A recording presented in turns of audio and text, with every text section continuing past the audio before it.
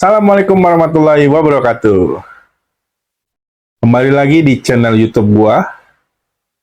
Dan kali ini gua ingin berkonten tentang keindahan-keindahan dalam dunia sepak bola. Baik tentang cerita pemain-pemain legendaris sepak bola dunia, drama-drama yang pernah terjadi di dunia sepak bola, sampai kisah-kisah dari kisah-kisah yang lucu sampai sampai menyedihkan dalam dunia sepak bola. Itu semua gue rangkum dalam Beauty of Football.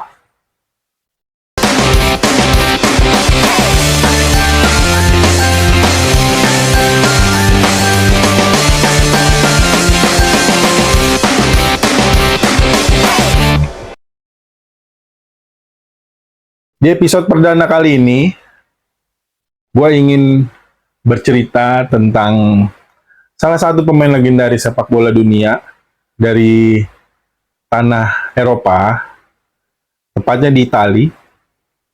Gue yakin anak-anak 80, 90-an itu tahu tentang pemain ini. Dengan gaya rambutnya yang khas, yang dikuncir belakang, dan sempat menjadi ikon salah satu klub besar di Itali, Juventus. Gue yakin lo semua udah pada tahu, Roberto Baggio.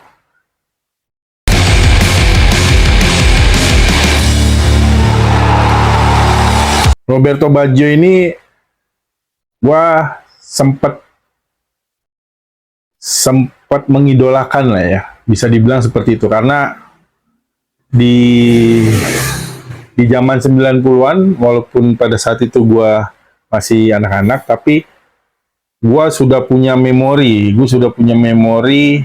tentang pemain satu ini. Ya, lebih tepatnya saat momen Roberto Baggio gagal melakukan eksekusi penalti di final World Cup 1994.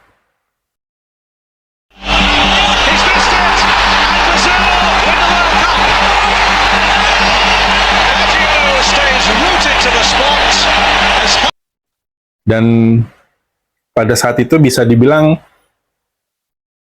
Roberto Baggio ini digadang-gadang penyebab Italia gagal meraih Piala Dunia pada 94 saat itu gitu ya.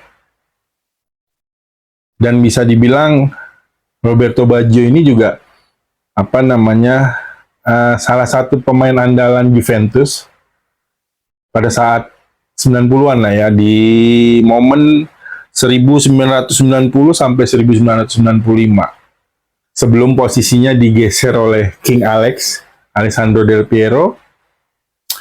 Dan karena munculnya si King Alex Del Piero ini, Roberto Baggio jadi tersingkirkan, dan akhirnya Roberto Baggio pindah ke klub rivalnya Juventus, yaitu AC Milan gitu ya. Walaupun nggak lama di AC Milan. Tapi yang jadi memori di gua, Roberto Baggio ini salah satu pemain yang ikonik lah ya. Dari sisi stylenya, baik style dalam memakai jersey, dalam fashionnya dia di luar lapangan, gaya rambutnya terutama, sama skill sepak bolanya pastinya gitu ya. Yang menurut gua Roberto Baggio ini memang bisa dibilang salah satu pemain yang berbahaya gitu ya. Striker yang berbahaya di dunia gitu. Dan lumayan ngikutin juga lah gua kisahnya Roberto Baggio gitu kan. Sampai pada akhirnya beliau itu pensiun di sekitar 2004. Di sekitar 2004, yang dimana pada saat itu di klub Brescia, yang bisa dibilang ya di masa-masa masa-masa akhir